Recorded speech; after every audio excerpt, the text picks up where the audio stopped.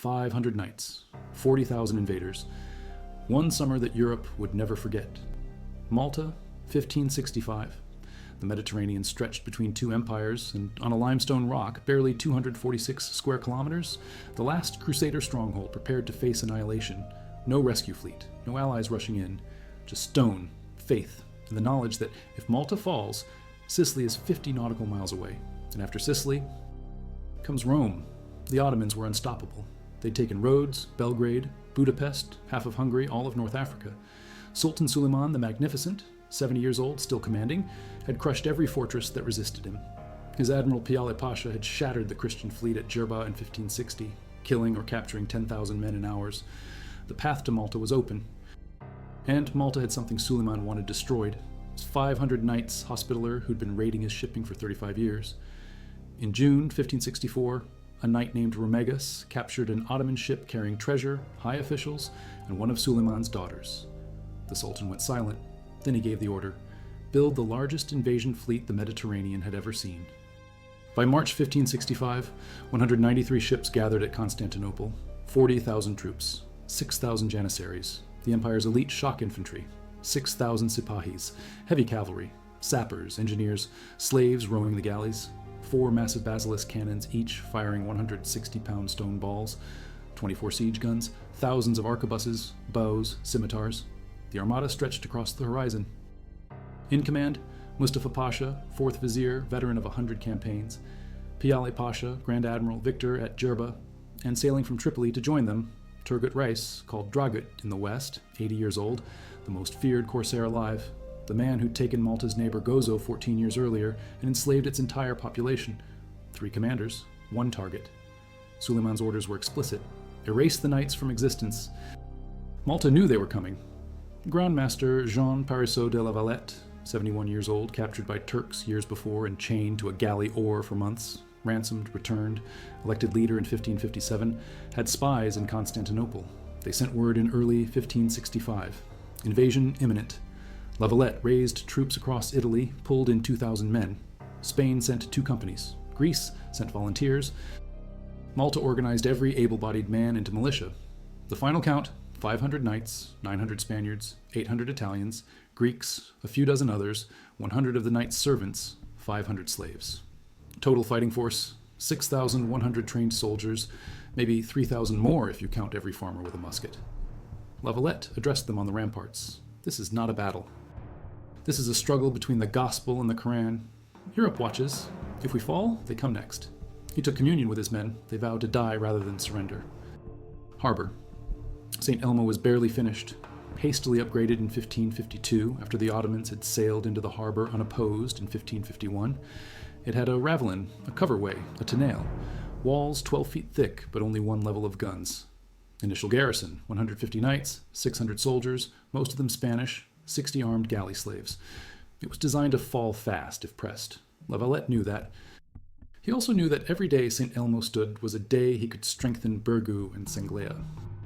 Malta, 1565, and translated by Ernley Bradford, and from the detailed Ottoman campaign register compiled by Arnold Casola with Turkish historian Idris Boston, published as the 1565 Ottoman Malta Campaign Register, primary documents pulled from the Turkish state archives that include troop rosters, supply manifests, and command dispatches that scholars only accessed in depth in the 2000s. These aren't secondary summaries. These are eyewitness logs and official records. Now back to the information. Mustafa Pasha and Piale. Pasha argued immediately. Piale wanted to anchor at Marsamset, closer to the forts, sheltered from the southern Sirocco winds. Mustafa refused. Marsamset required taking Fort St. Elmo first, and Mustafa wanted to strike Medina, the old inland capital poorly defended, then roll over Birgu and Senglea from the landward side. Piale insisted. The fleet needs shelter. St. Elmo is tiny. We take it in 3 days. Mustafa relented. They would take St. Elmo first. It was the first mistake. Clear fields of fire. On May 21st, the Ottomans probed Birgu's walls. On May 22nd, they tested Senglea. Both held. On May 27th, the bombardment of Fort St. Elmo began. 24 cannons, 1 enormous basilisk. The guns were positioned 180 yards from the fort, close but not point blank. Geography wouldn't let them get closer. The blasts shook the peninsula. Stone balls weighing 60, 80, 160 pounds smashed into walls built for an earlier age. St. Elmo's defenders hunkered behind crenellations and waited. He looked at the siege lines around St. Elmo and reportedly said, "This was the wrong target. You should have taken Medina and struck the main forts from inland." But St. Elmo was already under bombardment. Dragut adapted. He ordered more guns moved up. He positioned batteries on the north arm of Marsamzet, so St. Elmo was caught in crossfire, west and north. The defenders couldn't show themselves without drawing fire from two directions. Night after night, Lavalette sent reinforcements across the Grand Harbor by boat. Small craft, rowing in darkness, unloading men and powder at St. Elmo's Watergate, then rowing back with the wounded. It was the only resupply line. Ottoman guns couldn't depress low enough to hit boats hugging the shoreline. The fort's walls crumbled daily. Rubble filled the ditches. The Ottomans launched assault after assault. Janissaries with ladders, Sipahis with grappling hooks, engineers with explosives. Every attack was repulsed, bodies piled in the ditches. Turkish dead lay in heaps. Balbi, who was inside Birgu watching through a telescope, recorded that the stench from the corpses was detectable even across the harbor. A squadron of Janissaries crept toward St. Elmo's Ravelin, the outer defensive spur that jutted forward from the main fort. They expected resistance. None came. The Ravelin's garrison, only 40 men, had either fallen asleep, been killed by snipers, or abandoned the position. Sources conflict, but the result was the same. The Janissaries swarmed in and seized the Ravelin. Now they had a firing platform 20 yards from the fort's main gate. That night, the defenders inside St. Elmo sent a desperate message to Lavalette. "We cannot hold. The walls are breached. We have no water. The guns never stop. Request permission to abandon the fort or die in a breakout charge. Every day you stand is a day the relief force from Sicily gathers strength. Don Garcia de Toledo has promised help is coming. Hold, just hold." Medrano returned to St. Elmo. The men there knew what it meant. They would die on that rock. Some of them wrote final letters home. Others sharpened their blades. All-out attack. Wave after wave of Janissaries, Sipahis, even the galley slaves fighting with improvised weapons. The defenders held the rubble mounds inside the fort. Muskets fired point blank. Swords clashed on broken stone. The Turks pulled back. 400 dead in that assault alone. The fort still stood. Hit the base of the wall. The gunners adjusted. A cannon fired. The recoil or the angle was wrong. Sources differ.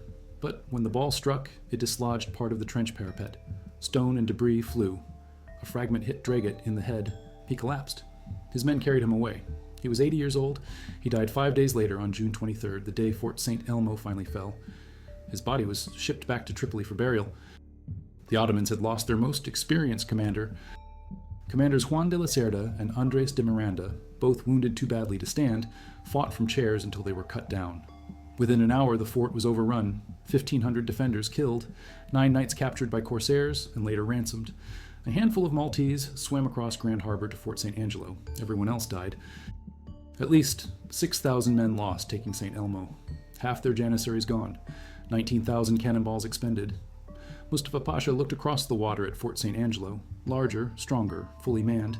He reportedly said, "If so small a son has cost us so dear, what price shall we have to pay for so large a father?"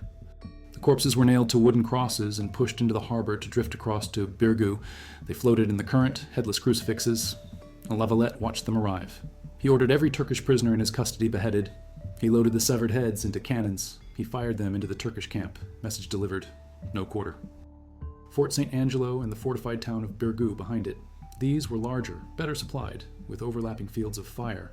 Piale Pasha anchored his fleet in Marsamzet, secured now that St. Elmo was taken. Mustafa Pasha positioned his army in an arc around Birgu and Senglia. They began the bombardment. Made their way to Birgu, the Piccolo Soccorso they called it, the little relief. It wasn't much, but it raised morale. Lavalette now had maybe 6,500 defenders, down from over 9,000 counting the losses at St. Elmo and from disease. The Ottomans had lost 6,000 at St. Elmo, but still fielded around 34,000 troops, 5-1 odds. Troops attacked Senglia from the landward side while a flotilla of Ottoman boats crossed Grand Harbor to strike from the water. The knights had prepared. Hidden artillery positions opened up at point-blank range. Chain shot tore through the boats. Crews fell, ships capsized. The land assault stalled under withering fire from the walls. Over 1,000 Ottomans killed in hours. The attack collapsed.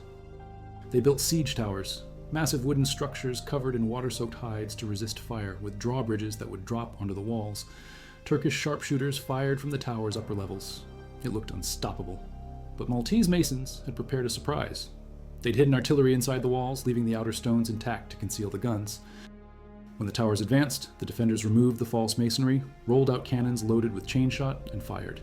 The towers disintegrated, timber and bodies flew, the attack failed. The defenders met them with pikes, muskets, swords, boiling oil, fire hoops rolled down the approaches. The fighting lasted all day. Lavalette, 71 years old, fought on the walls. He took a wound to the leg. His staff begged him to withdraw. He refused. "I am 71, he said. "How is it possible for a man of my age to die more gloriously than in the midst of my friends and brothers in the service of God?" He stayed on the bastion until the attack was repulsed. Only then did he allow his wound to be bandaged. Knights and Maltese soldiers counterattacked. They drove the Ottomans back into the ditch. The breach was sealed with rubble and defended. The Turks retreated, leaving hundreds dead. 60 galleys deserted and sailed back to Constantinople. Mustafa Pasha tried to rally his troops, but discipline was gone. September 1st. Mustafa launched one final assault. Everything left. Janissaries, Sipahis, sappers, camp followers with knives. They hit Birgu and Senglea simultaneously. The defenders were down to maybe 5,000 men who could still fight. The walls were rubble held together by desperation. The attack nearly broke through. Then a small cavalry force, knights from Mdina, rode out and struck the Ottoman rear. It was maybe 60 horsemen. But the Ottoman commanders thought it was the vanguard of the relief army from Sicily. Panic rippled through the Turkish lines. Units pulled back. The assault dissolved. 8,000 fresh troops, Spanish, Italian, German mercenaries, landed at Meliha Bay on Malta's northern coast. They formed up on the ridge of San Paolo Tat Targa on September 13th. Mustafa Pasha saw them. He thought they were 10 times their actual number. He ordered his remaining forces to re-embark. Some troops made it to the ships. Others were caught by the Maltese and relief forces and cut down. The Ottoman army broke. Ships fled south. By September 8th, the last Ottoman vessel was gone. Ottoman graves confirm battlefield casualty estimates, and the Matteo Perez de Leccio fresco cycle commissioned in 1576, while eyewitnesses were still alive, now housed in the Grand Master's Palace in Valletta. Now back to the information. Modern historians using burial site evidence and Ottoman supply records estimate between 20,000 and 25,000 Ottoman dead and missing. Disease, battle wounds, drowning during the retreat. The Knights lost 170 of their 500, a third. Malta lost a third of its civilian population, around 7,000 dead from combat, forced labor, massacres, starvation. Birgu and Senglea were leveled. Not a building stood intact, but the walls had held. "A cardinal doesn't fight," he said. King Philip II of Spain sent him a jeweled sword with an inscription on the blade. 300 European noblemen sailed to Malta offering their service. The Knights had done what no European army had managed in decades. They'd stopped Suleiman the Magnificent cold. The real numbers? 6,000 defenders total, maybe 9,000 counting the militia and civilians who fought. Against an Ottoman force that started at around 40,000, but by most credible estimates, landed between 30 and 35,000 combat troops, with the rest being rowers, slaves, and camp followers who didn't fight. The siege cost both sides catastrophically. The Ottomans lost a quarter to a third of their force. The defenders lost half. It wasn't a miracle, it was math. Malta had interior lines, shorter supply routes, overlapping fields of fire, defenders' advantage on stone walls, and critically, they had a unified command. One 71-year-old man who made every decision and fought in person when needed. Mustafa wanted fast victories. Dragut wanted strategy. By the time they agreed on anything, opportunities had closed. They wasted a month on Fort St. Elmo when they should have bypassed it and struck the main fortifications immediately. That month gave Lavalette time to finish his defenses, rally his men and convince them they could survive. Once St. Elmo fell and cost them 6,000 casualties, Ottoman morale never recovered. They'd lost their best troops, their ammunition reserves, and their psychological edge. The attacks on Birgu and Senglea were grinding slogs, not the swift strikes that had taken Belgrade and Rhodes. Defensible. Deep harbors on both sides. Lavalette ordered a new city built there. He laid the foundation stone on March 28, 1566. The city was designed by Italian military engineer Francesco Laparelli, sent by the Pope. Geometric bastions, overlapping fire zones, streets laid out in a grid so cannons could fire down any avenue. No building taller than the walls. It took decades to complete. The city was named Valletta for Jean Parisot de la Valette, who died on August 21, 1568 at age 73 before the walls were finished. He was buried in the Church of Our Lady of Victories. Later, he was moved to the co-cathedral of St. John, where his tomb remains. By spring 1566, they had a new fleet, 150 galleys, 8 galleasses, 250 ships total. They captured Chios from the Genoese that year. They raided the Adriatic coast, but they never tried Malta again. Suleiman died in September 1566 during a campaign in Hungary. His successor, Selim II, focused east. The Ottoman advance into the western Mediterranean stopped at Malta. 6 years later, October 7, 1571, the Holy League, Spain, Venice, Genoa, the Papal States, the Knights of Malta, destroyed the Ottoman fleet at Lepanto in the Gulf of Patras. Over 200 Ottoman ships sunk or captured. 30,000 Ottomans dead. It was the largest naval battle since antiquity, and it confirmed what Malta had shown. The Ottomans could be beaten. The myth of Ottoman invincibility died on Malta's rocks in 1565. Lepanto was just the funeral. One exhibit holds artifacts from the 1565 siege: rusted swords, cannonballs, fragments of armor with bloodstains still visible, a Turkish crescent banner captured during the final retreat, a knight's helmet dented by a musket ball, the skull inside shattered, the bones still there when archaeologists opened it in 1973. In the Grand Master's Palace, the Hall of St. Michael and St. George displays the frescoes painted by Matteo Perez d'Aleccio between 1576 and 1581. 8 massive paintings, each depicting a phase of the siege: the arrival of the fleet, the bombardment of St. Elmo, the fall of St. Elmo on June 23rd, the attack on Senglea, the mining of the bastion of Castile, the final assault, the arrival of the relief force, the flight of the Ottomans on September 13th. These frescoes weren't propaganda commissioned decades later.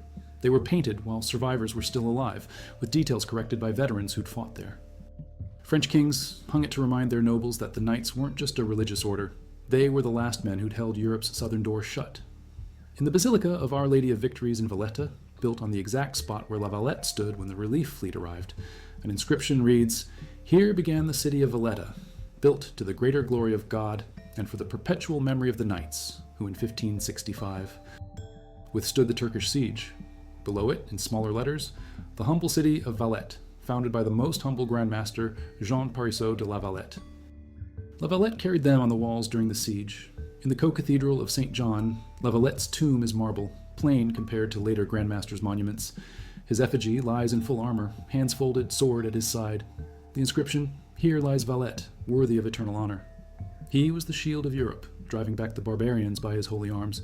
He is the first to be buried in this beloved city, whose founder he was. But the real monument isn't in Valletta. It's at Gar el Ahmar, a cemetery site on Malta's south coast. Archaeologists excavating in the late 1990s and 2000s found mass graves, thousands of bodies, many with perimortem trauma, sword cuts, musket ball wounds, blunt force to skulls. DNA testing showed they were predominantly Ottoman soldiers, buried in haste without Islamic rites. Some graves had 50 bodies, stacked 3 deep. Forensic analysis dated the burials to summer 1565. These were the Ottomans who died taking St. Elmo. Not all 6,000, just the ones they buried before retreating. The rest were left where they fell or pushed into the sea. Fewer graves, maybe 300, but the burial care was identical to the Ottomans. Rushed, functional, no time for elaborate ceremony. Just dig, stack, cover, move on. War doesn't discriminate. It buries everyone the same. Send relief or we perish. June 25th. St. Elmo has fallen. Every man died. We prepare for the main assault. I have perhaps 3 weeks. July 20th. We fight daily. The Turks break our walls, but we repair them nightly. My men are starving. Disease spreads. If relief does not come by August, we are lost. August 18th. Birgu is breached. We counterattacked. I was wounded. It is nothing. We will hold, but you must send ships. I beg you. September 5th. The Turks retreat. Your fleet approaches. We have survived. Malta stands. God be praised. August 10th. Forces gathering, but King Philip's orders require securing Sicily first. Relief will come, but I cannot risk Spain's defense. September 1st. Sailing for Malta with 8,000 men. Reinforcements en route. It didn't sail until September 4th. It reached Malta on September 7th. By then, the Ottomans were already preparing to leave. Supplies exhausted, disease rampant, morale shattered. The relief force didn't save Malta. Malta saved itself. The relief just ensured the Ottomans fled faster. Mediterranean stopped permanently. Others, like Maltese historian Victor Malia Milanes, say it was strategically meaningless. The Ottomans rebuilt their fleet in 6 months. They took Cyprus in 1571. They raided Italian coasts for decades. Yes, they lost at Lepanto, but they bounced back from that too. Malta, in this view, was just one battle in a centuries-long contest that the Ottomans ultimately lost due to internal decay, not battlefield defeats. The myth of the tide that only flows one way was broken. After Malta, when Ottoman armies marched, European cities didn't surrender before the first cannonball hit. They fought. Sometimes they lost, but they fought.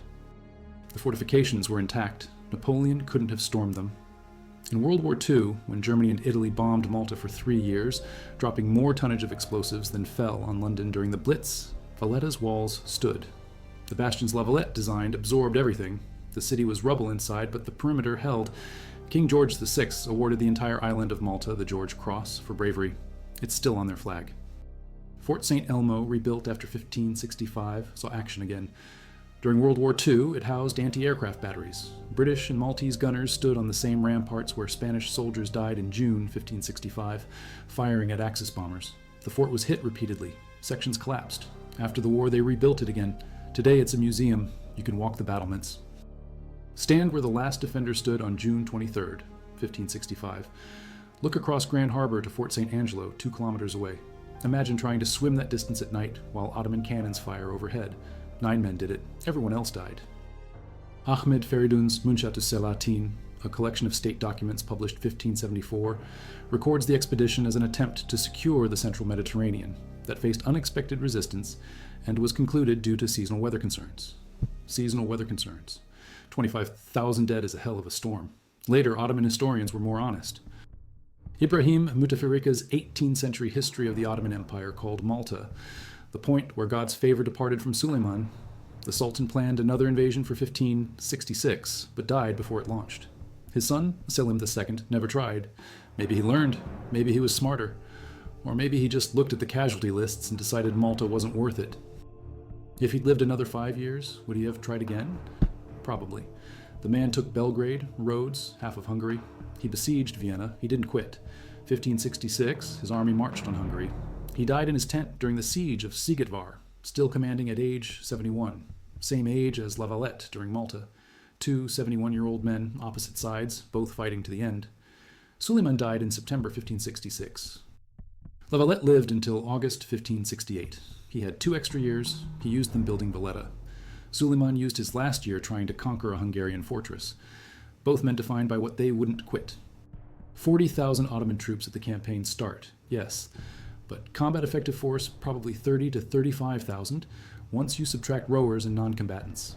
The casualty ratio wasn't 500 killing 25,000, it was 6,000 killing 25,000 over 4 months of siege warfare where the defenders had every advantage terrain and fortification can give.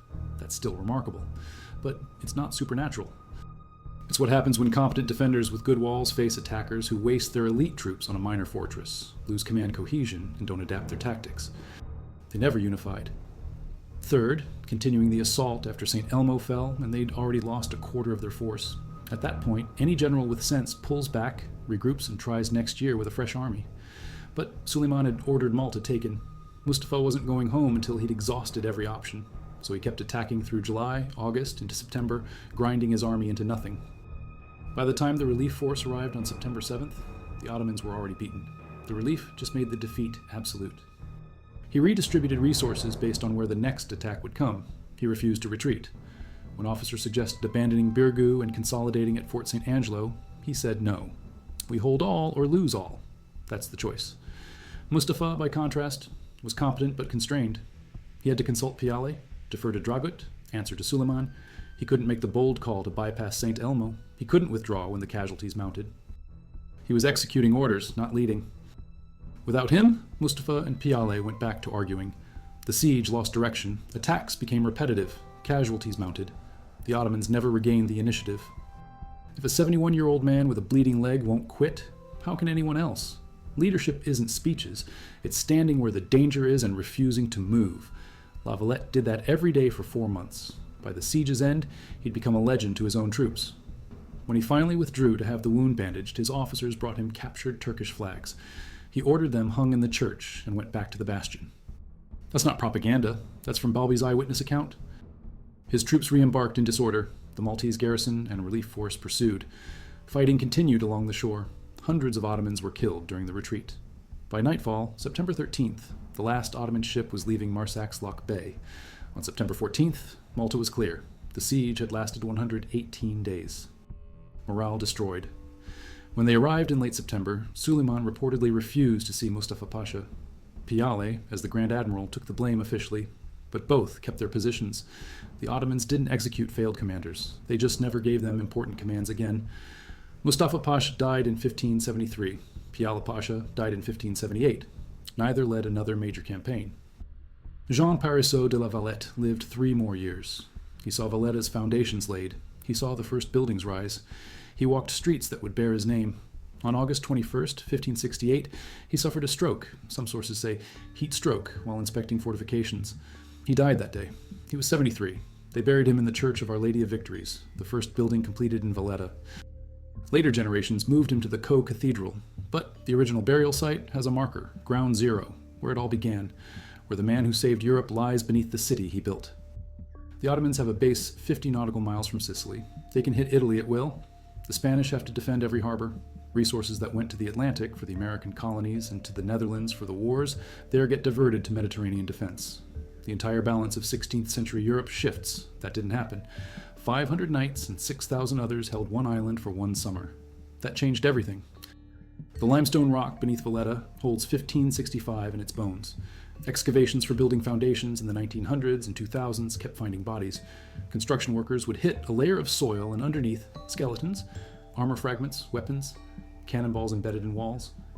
In 2003, during renovations at Fort St. Elmo, archaeologists found a mass grave beneath the parade ground. 43 bodies. Chainmail fragments, Spanish coins dated 1560 to 1565, musket balls and rib cages. These were defenders who died and were buried in haste, probably during the June 23rd fall of the fort. DNA analysis is ongoing, but preliminary results suggest they're Spanish soldiers, matching the garrison records that said most of St. Elmo's defenders were from Spain. They're still there, buried beneath the fort they defended. The siege made Malta famous, but it nearly destroyed the island. Population dropped from 20,000 to maybe 13,000. Famine followed the siege. Fields had been scorched, livestock slaughtered, wells poisoned. Winter 1565 to 1566 was brutal.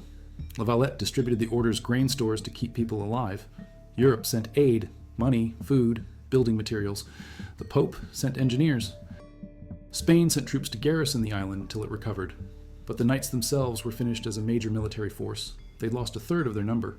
Replacements took decades. By the late 1500s, the Knights of Malta were more administrators than warriors. They ran hospitals, managed estates, collected taxes. The fighting order that had held roads in Malta became a bureaucratic organization with a military past. But that past lived on. Every European royal house sent sons to join the knights. It was a mark of prestige. Serving at Malta meant your family had honored the tradition of defending Christendom. The order survived until Napoleon took Malta in 1798. Even then, the knights didn't disband. They relocated to Rome. Today, the Sovereign Military Order of Malta still exists, a recognized sovereign entity with observer status at the UN, running hospitals and charitable missions in over 120 countries. They're not soldiers anymore, but their headquarters is in Rome, and their emblem is still the 8-pointed cross. Same cross that flew over Fort St. Elmo on June 23, 1565, when the last defenders died. Carthage held it. Rome took it. Arabs conquered it. Normans seized it. The Knights fortified it. Ottomans tried to take it. British colonized it. Germans and Italians bombed it. And through all of it, the island survived. Not because it was strong, it's limestone, it cracks, but because the people on it refused to quit. That's 1565 in a sentence. Outgunned, outnumbered, dying by inches, and no one quit. Walk to the tip of Valletta where Fort St. Elmo stands. Look down at the water. The harbor is calm now. Cruise ships dock where Ottoman galleys used to row. Tourists take photos where janissaries died by the hundred. The stone walls are weathered, patched, rebuilt, patched again. But they're standing. 460 years later, they're still standing. That's the story. Not that 500 knights won. That 6,000 men held a line against 40,000 because they knew if they broke, everything behind them would fall. And they didn't break. Malta had won, but the cost was visible everywhere. Ruined buildings, empty streets, mass graves being filled. Victory, but the kind that leaves scars. Our walls are broken, but our faith stands. We will rebuild. We will remain. Malta will never fall.